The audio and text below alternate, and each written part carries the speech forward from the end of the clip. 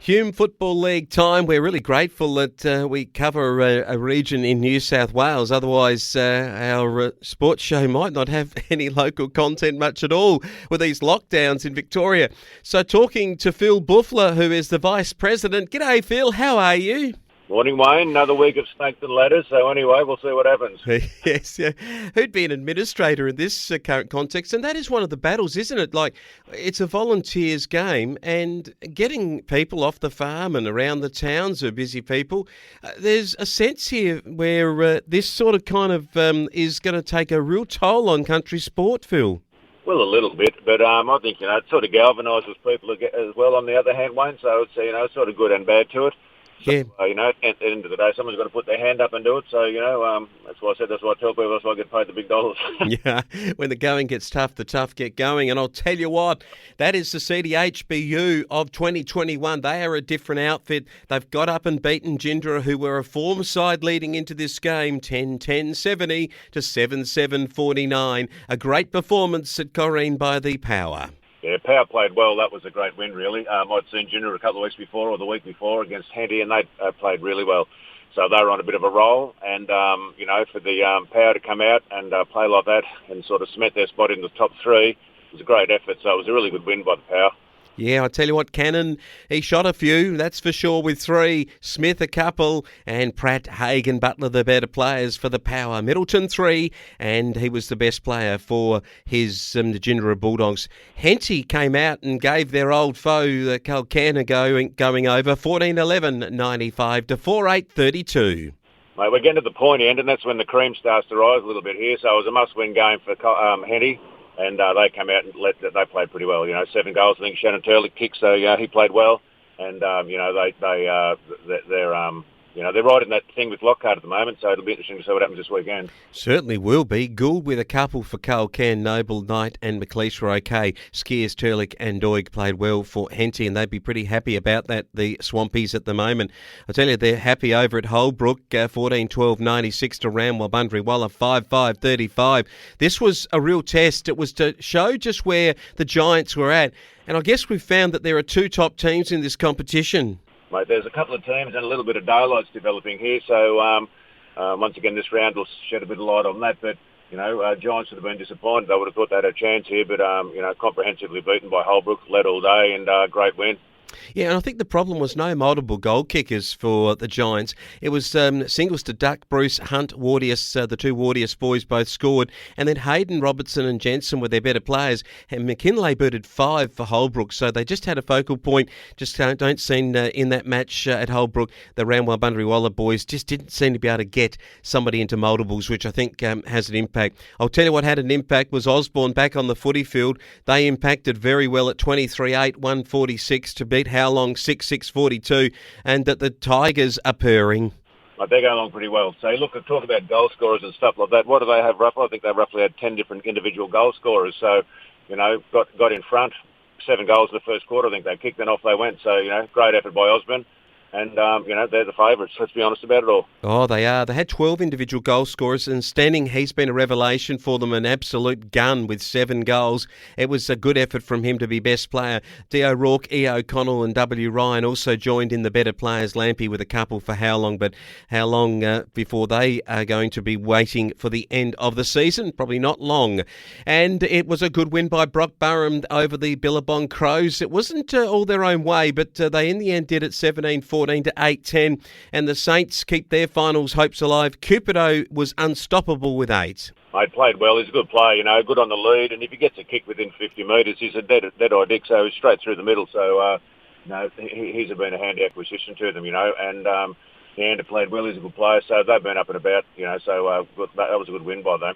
Yes, certainly was, and unfortunately wasn't a great day for the Billabong Crows folk down there at their home deck at Oaklands. But for Drew Brendersick, he did play, and they say he put in a good effort.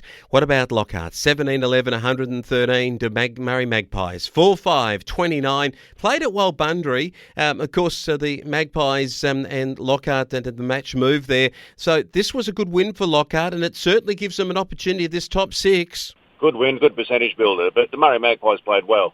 The young Williams fellow kicked 4 goals, and probably the highlight of the day was his somersaults after he kicked a goal. A couple of backflips, Wayne. Unbelievable. Oh, God, he might be in for the Olympics at the diving or something like that. Could be on the parallel beam, that beam thing or whatever they call it. The parallel bars or something, the gymnastics. Lockhart's lad booted 4, Harrington and Emery booted 4. Phillips, Streether and Krebs were also pretty good for Lockhart, and Ladd also has had a very good season for them. Okay, it brings us then to competition for this week, and it's going to be on. There is a couple of absolute beauties this week again, and Hume football has not ceased to give us some really good competition. This is round 16. Brock Burham, get how long? This one at Burrumbuttock. You'd reckon the Saints should put the Spiders completely out of commission? I think so, Wayne. They had a good win last week, and how long were poor? So home track, the BB Saints for me. And they'll be missing a couple of their Victorian players. That's going to be an issue, but how long also would be in that boat. CDHBU would be missing some of their players that come across the border. They play Calcan. This is an interesting one. The Lions at home against the Kareen boys, who would be without some of their players. I reckon this could be fairly close. Could be close. This border thing's brought the CDHBU back to the pack a little bit in this game.